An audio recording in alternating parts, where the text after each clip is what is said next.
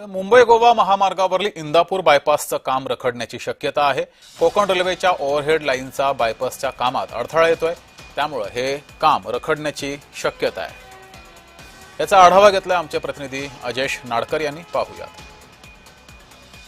मुंबई गोवा महामार्गावरील महत्त्वाचा टप्पा इंदापूर बायपासचं काम जे आहे ते रखडण्याची शक्यता आहे। सध्याची ही दृश्य आपण पाहिली तर गेल्या 17 वर्षापासून मुंबई गोवा महामार्गाचं काम चालू आहे, मात्र ते काम अद्यापही पूर्ण झाले नाही। मानगाव असेल, इंदापूर असेल, या ठिकाणी प्रचंड वाहतूक कोंडी होते आणि या वाहतूक कोंडीतून प्रवाशांची सुटका होण्यासाठी मानगाव आणि इंदापूर बायपास हा पर्यायी मार्ग काढण्यात आला। मात्र आता आपण जर परिस्थिती बघितली तर इंदापूर आणि मानगाव बायपासचं काम जे आहे ते जोरदार सुरू आहे, मात्र हे काम आता रखडण्याची शक्यता आहे। कारण या लगत आपण पाहिलात तर रेल्वे पटरीवरून जो आहे तो हा ब्रिज जाणार आहे, मात्र हा ब्रिज जात असताना रेल्वे लाईन असेल किंवा हे पोल असेल या अडथळा या ठिकाणी बनत आहेत आणि त्यामुळे काम जे आहे ते या ठिकाणी संत गतीने चालू आहे। आणि त्यामुळे जर प्रशासनाने यावर तोडगा काढला नाही तर मुंबई गोवा महामार्गावरील महत्त्वाचा मानला जाणारा इंदापूर बायपासचं काम जे आहे ते रखडण्याची शक्यता आहे। आणि त्यामुळे येणाऱ्या सण असतील त्या सणामध्ये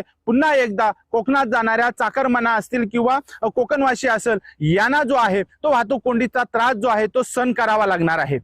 अजेश नाडकर, जय महाराष्ट्र न्यूज, रायगड।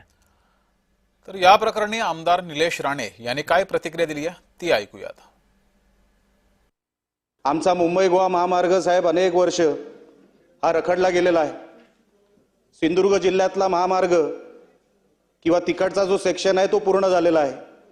रत्नागिरी आणि काही प्रमाणामध्ये रायगड एवढाच महामार्ग आता शिल्लक आहे। मला असं वाटतं निकम साहेब 100 किलोमीटरच्या आत महामार्गाचं काम आता राहिलं असेल, ते कधी पूर्ण होणार, त्याच्यासाठी हा पैसा वापरला जाईल का,